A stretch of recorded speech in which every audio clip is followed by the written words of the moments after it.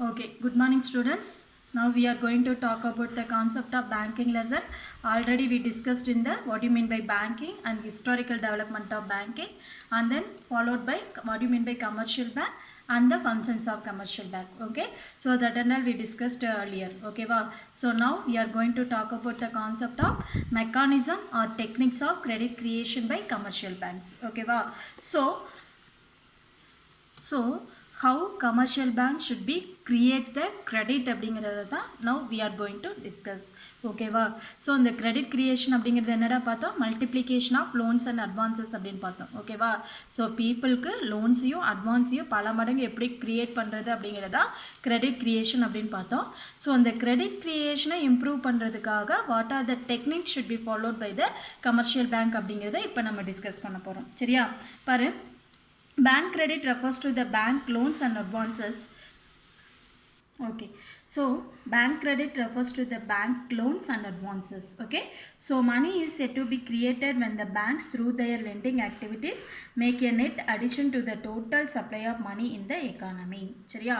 so இந்த credit techniques of என்ன சொல்லலாம், credit creation அப்படிங்கிறது என்ன ஒரு ட்ரிக் அப்படின்னு பார்த்தீங்கன்னா, ஸோ த்ரூ லெண்டிங் ஆக்டிவிட்டீஸ் மூலமாக, ஓகேவா, லெண்டிங் நிறையா கடன் கொடுக்கறது மூலமாக கண்ட்ரியில் டோட்டல் அடிஷ்னல் சப்ளையை மணி சப்ளையை இன்க்ரீஸ் பண்ணி த்ரூ அது மூலமாக என்னது சப்ளை ஆஃப் மணியை கண்ட்ரியில் இம்ப்ரூவ் பண்ணுறதா one of the main technique of the credit creation. சரியா? So likewise money is said to be destroyed when the loans are repaid by the borrowers to the banks and consequently the credit already created by the banks is wiped out in the process. Okay, இதுக்கு நான் ஒரு example சொல்கிறேன், உனக்கு நல்லா புரியும் பாரு. For example, இப்போ வந்து பேங்க்லேருந்து நம்ம ஒரு 2 lakhs 5 lakhs வந்து கடன் வாங்கியிருக்கோம். சரியா?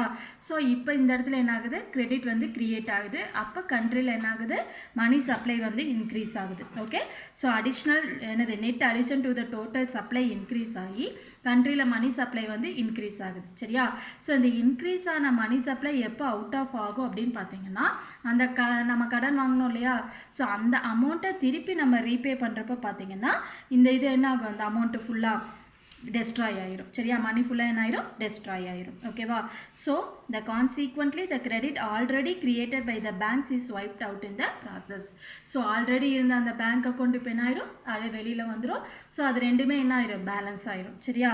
So banks have the power to expand or contract the demand deposit and they exercise their power through granting more or less loans and advances and acquiring other assets. Okay, so இந்த பேங்க்குக்கு என்ன power இருக்குது அப்படின்னா, டெபாசிட்டை வேணும்னா அவங்க கான்ட்ராக்ட்னா என்னடா குறைச்சிக்கலாம். ஓகேவா? அதர்வைஸ் என்ன பண்ணிக்கலாம், இன்க்ரீஸ் பண்ணிக்கலாம். ஸோ அந்த மோர் லோன்ஸ் ப்ரொவைட் பண்ணிக்கலாம், அதர்வைஸ் லெஸ் லோன்ஸ் ப்ரொவைட் பண்ணிக்கலாம். ஸோ அந்த எல்லா கெப்பாசிட்டியுமே எல்லா பவருமே யாருக்கு இருக்குது அப்படின்னு பார்த்தீங்கன்னா அந்த கமர்ஷியல் பேங்க்ஸ்க்கு இருக்குது. சரியா? So this power of commercial bank to create the deposit through expanding the loans and advances is known as the credit creation. Okay, so அந்த மாதிரி டெபாசிட்டை என்னது இன்க்ரீஸ் பண்ணியோ அதர்வைஸ் டிக்ரீஸ் பண்ணியோ, same like that loans and அட்வான்சஸையோ மோரோ லெஸ்ஸோ அது increase பண்ணியோ அதர்வைஸ் என்னது டிக்ரீஸ் பண்ணியோ அவங்க என்ன பண்ணிக்கலாம், create the deposits. Okay, deposits, loans and advances இது எல்லாத்தையுமே அவங்க என்ன பண்ணலாம், கிரியேட் பண்ணிக்கலாம். So those process we described as a credit creation. இன்னும் சிம்பிளாக சொல்லணும் அப்படின்னா கிரெடிட் கிரியேஷன் அப்படிங்கிறது நம்ம multiplication of loans and advances. ஓகேவா? ஸோ அதை ப்ரீஃபாக பார்க்கறதுக்கு முன்னாடி இப்போ என்னது மாடர்ன் டெபாசிட் என்னென்ன வேவாக கிளாஸிஃபை பண்ணியிருக்காங்க அப்படிங்கிறத பார்க்கலாம். சரியா? So the modern banks create deposited in their 2 ways. Okay, modern bank அவங்களோட டெபாசிட் என்ன வேல கிரியேட் பண்ணியிருக்காங்க அப்படின்னா, ப்ரைமரி டெபாசிட்டாகவும் டிரைவ்டு டெபாசிட்டாகவும். இதை அண்டர்லைன் பண்ணிக்கோங்கடா. Modern banks create deposited in 2 ways. Okay, primary டெபாசிட்னா என்ன, டிரைவ்டு டெபாசிட்னா என்னன்னு இப்போ பார்க்கலாம்.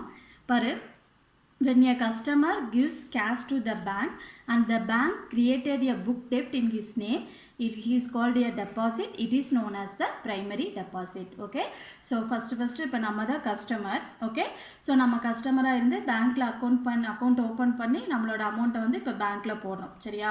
ஸோ அந்த மாதிரி பேங்க்கில் போடுறப்ப பேங்க் என்ன பண்ணுறாங்க, நம்ம நேமில், ஓகே, இன் ஹிஸ் நேம், நம்ம நேமில் பேங்க் கிரியேட்ஸ் அ புக் டெப்ட், ஒரு புக் டெப்ட் வந்து ஓப்பன் பண்ணுறாங்க. சரியா? ஸோ ஃபஸ்ட்டு அப்போ தான் நம்ம என்ன பண்ணுறோம், நம்ம நேமில் அக்கௌண்ட் ஓப்பன் பண்ணி ஃபஸ்ட்டு நம்ம டெபாசிட் போடுறோம். சரியா? So it is known as the primary deposit. இதுக்கு என்னடா பேர்? Primary deposit. இந்த டெபாசிட் பார்த்தீங்கன்னா it is otherwise called as the passive deposit. இதுக்கு இன்னொரு பேர் என்னடா? Passive deposit. இது ஏன் நம்ம பாசிவ் டெபாசிட் போடுறோம் அப்படின்னா, ஸோ இந்த ஃபஸ்ட்டு போடுற இந்த டெபாசிட்னால நமக்கு என்ன கிடையாது, அதோட ரொட்டேஷன் வந்து எதுவுமே கிடையாது. சரியா? ஸோ அதனால தான் இது என்னன்னு சொல்கிறாங்க, பாசிவ் டெபாசிட் அப்படின்னு சொல்கிறாங்க. Okay, but when such a deposit is created without there being any prior payment of equivalent to cash to the bank, it is called as the derived deposit. Okay, so இந்த first நம்ம போட்டோம் இல்லையா, இந்த primary டெபாசிட்னால, okay, so இந்த primary டெபாசிட்னால இன்னொரு நியூவாக ஒரு டெபாசிட் க்ரியேட் ஆகி without there being any prior payment it is equivalent to the cash to the bank. ஓகேவா? ஓகே, ஸோ ப்ரைமரி டெபாசிட்னா என்னமா, ஃபஸ்ட்டு நம்ம நேம் அக்கௌண்ட்டை ஓப்பன் பண்ணி ஃபஸ்ட்டு நம்ம போடுறது ப்ரைமரி டெபாசிட். செகண்டரி டெபாசிட் அப்படிங்கிறது, ஸோ இந்த மாதிரி போட்ட ப்ரைமரி டெபாசிட்லேருந்து இன்னொரு பார்ட் எடுத்து என்னவா பண்ணுவாங்க, இன்னொரு டெபாசிட்டாக வந்து க்ரியேட் பண்ணுவாங்க. சரியா? ஸோ அந்த மாதிரி க்ரியேட் பண்ண அந்த டெபாசிட்டை நம்ம என்ன பண்ணுவாங்க, பேங்க்கு லோனாக வந்து மற்றவங்களுக்கு கொடுப்பாங்க. சரியா? ஸோ அந்த மாதிரி லோனாக கொடுக்குறப்ப வித்தவுட் கேஷாக இல்லாமல் அவங்களோட என்ட்ரி மட்டும் என்ன பண்ணுவாங்க, அந்த இதில் வந்து இது பண்ணுவாங்க. சரியா? ஸோ கையில் கேஷாக கொடுக்காம அவங்களோட அக்கௌண்ட்டில் என்ன பண்ணுவாங்க, அந்த லோன் அமௌண்ட்டை வந்து இது பண்ணுவாங்க. சரியா? ஸோ அந்த மாதிரி அவங்க பண்ணுறதுக்கு பேர் என்னடா, இது டிரைவ்டு டெபாசிட். அதுக்கு என்னடா பேர்?